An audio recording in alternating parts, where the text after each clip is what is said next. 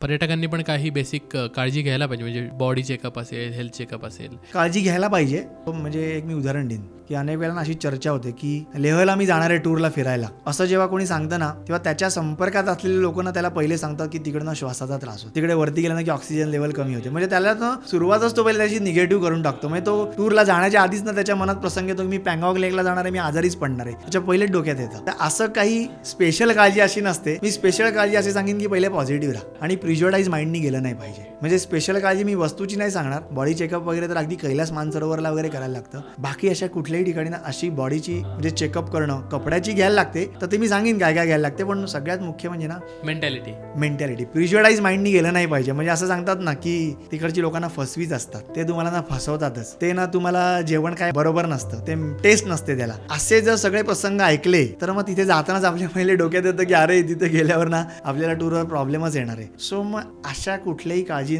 न करता थोडंसं फ्री माइंडनी गेलं पाहिजे. एखाद्या प्रसंगामध्ये अडचण आली, त्या प्रसंगातनं बाहेर पडलं तर मजा असते. प्रिज्युडाईज माइंडनी न येता फ्रेश माइंडनी गेलं पाहिजे. बाकी त्यानुसार जे काही आवश्यकता असते, कपडे वगैरे, वेदर, ही तुम्ही त्यात काळजी घ्यायची असते. पण बॉडी चेकअप वगैरे अगदी खूपच एक्स्ट्राऑर्डिनरी जेव्हा टूर असते तेव्हा ही घ्यायला लागते.